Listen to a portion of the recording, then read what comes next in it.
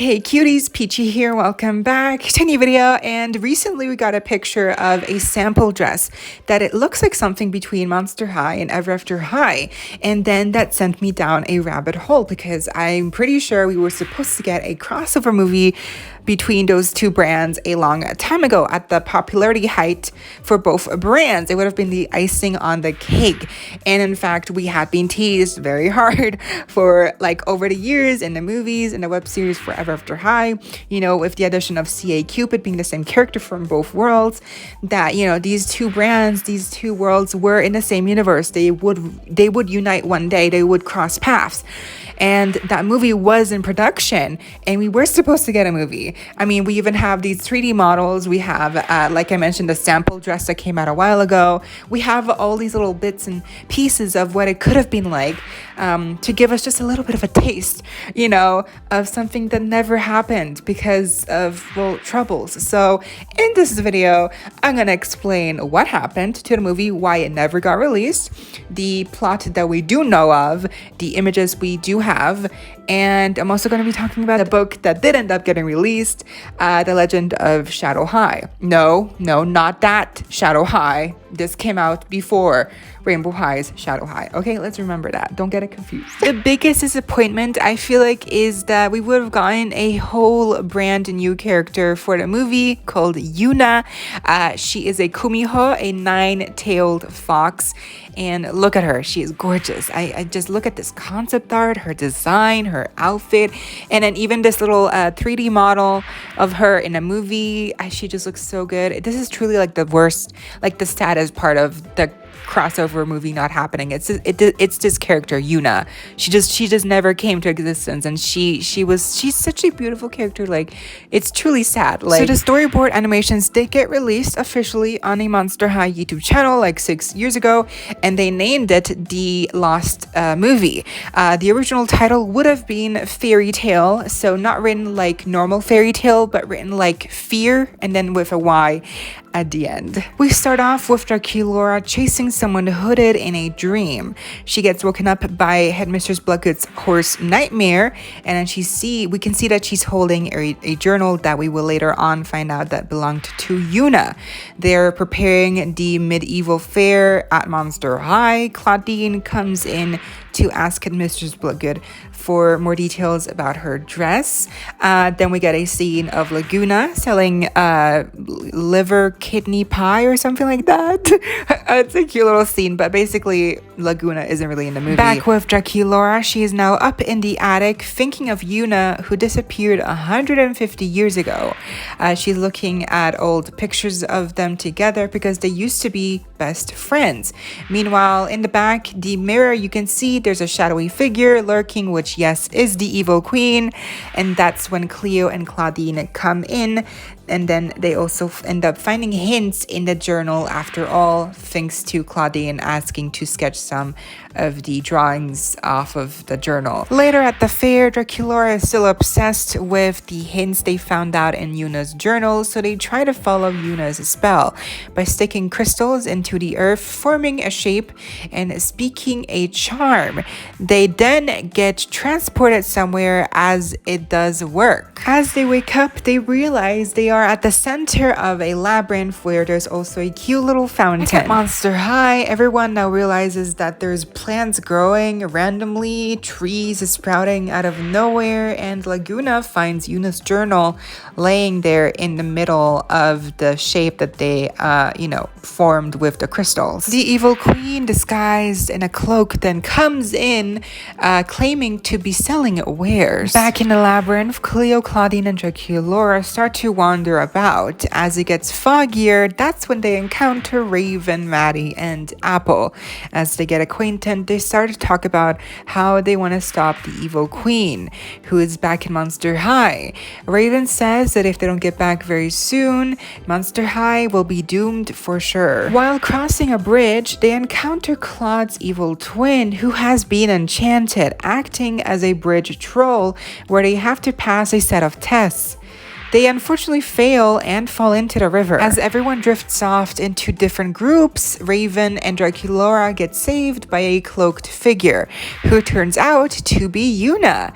Draculaura and Yuna embrace in a tenderly moment, and then they head out to find Yuna's hideout. The river might be magical though, because as Maddie and Claudine get out, they then realize that their abilities have been swapped. Now at Yuna's hideout, Draculaura catches her up to speed with everything that has happened so far. We also get some much needed backstory to Yuna, seeing her and Draculaura being best friends when they were younger, Yuna finding some old scrolls in Monster High and learning all about the fairy tale world, and then one day she just vanished, leaving Draculaura with only her journal. As Raven tries to use her powers, she then turns into a bat instead, realizing that the two have also switched powers. They then find an exit, but they have to find a key to the door first, which is hidden on a mountain of treasure that's being guarded by a huge dragon. Somehow, Cleo and Apple are the first to arrive back to Monster High, where they realize everyone has vanished. They are shortly also joined by Claudine and Maddie. As Raven and Draculaura make their way up the stairs in the castle, they then see the big pile of treasure in front of them and start getting to work to find that elusive key. Having spotted a shadow going by in Headmistress Bloodgood's office, the girls make their way up there to find none other than the evil queen herself sitting in the chair. They try to find answers from her, but she says that all you have to do is sign her book. The girls, of course, saying they won't do that. The queen then, I guess, does something magical. They make them disappear. I don't know. It's never explained. That's basically the end to the episode. That's the finale. In the video itself, they say that there is no ending, apparently. Now, if we look at the actual, storyboard pictures here, there's an act 6, which is the last act. If we look at those close up, we can kind of make out what the ending was going to be, basically. They get back to Monster High, Draculaura and Raven after defeating the dragon, which, by the way, the dragon turns out to be Jennifer Long. But that kind of makes sense because the color scheme works out, and the dragon, Jennifer Long, she is a dragon. She's like, it just makes sense. I do like that part. So they get back to Monster High, where then they have to fight off the evil queen. But remember Draculaura? Oh no, right. So Draculaura has her normal powers back. So I guess she still fights the evil queen. I don't know how really they take her down, but they take her down. It's all great. Happy ending. The ghouls come back, Cleo, Claudine, they're all back. And then the Ever After High girls and the Monster High girls, they say their last goodbyes before the Ever After High girls go back to their world. But they promise to come back. And then maybe like an after credit teaser could be this scene here where we see the evil queen, swearing to get vengeance on both of them again. I don't know where she is. You gotta kind of fill in the blanks yourself here, but kind of something along the lines. I feel like that's basically what the ending would look like. The movie was never completed because Mattel's contracts with the animation studio that created the Ever After High 3D models ended at the same time that Ever After High got canceled. So since the movie got canceled, they changed up the story a little bit and then turned it into a book instead and called it The Legend of Shadow High, which released in 2017. In the movie version, the plot was taking place in G1 Monster High. In the book version, because it came out after, it's taking place in the Monster High reboot version. So the story goes that the evil queen breaks out of her jail to find Shadow High, but accidentally ends up at Monster High instead, where she finds Monica. The main characters from both schools join forces to try to stop them. Frankie and Draculaura try to find Shadow High with the Mapalog, and then Maddie gets kidnapped by the evil queen because Maddie can hear the narrators.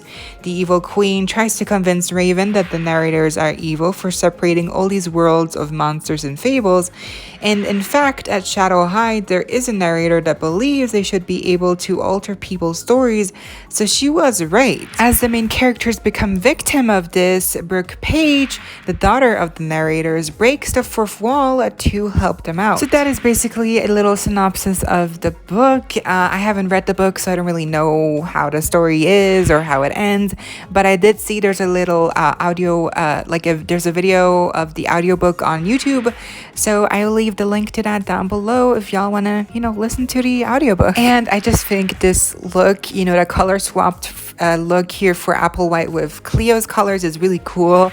If this is what she would have looked like in the movie, I mean, it's just so cool seeing that this is what it could have been, especially now where we have the sample dress thanks to At Dolls for the archive that seems to look like Applewhite's dress.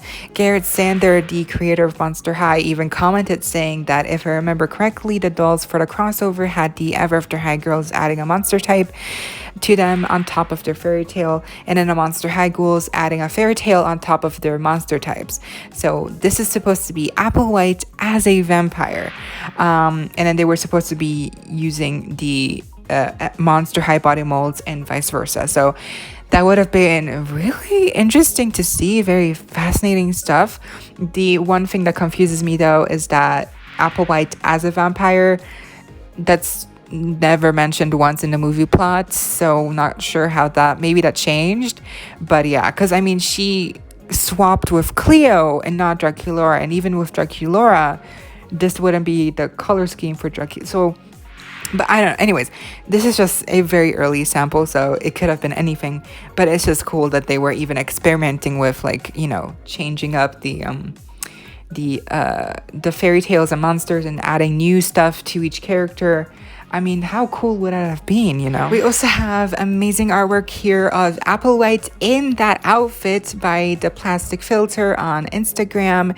And I mean, she just looks so good. And then here we also have an edit by Aero Marcello on Instagram of an actual Applewhite doll in kind of the dress, wearing the dress. This is an excellent edit, so props to these people and the talent. And just, yeah, this really could have been such an awesome look. And whoever canceled this movie and these dolls, I mean, seriously, that was real dumb, because like this would have made so much money. It would have been epic. Literally, it would have been like the creme de la creme. This would have been seriously like once in a lifetime kind of thing. But yeah, that was the video. I hope y'all enjoyed. You know the drill. Leave a like, share, comment, subscribe, hit the notification bell if you haven't already, so you don't miss out when I post more.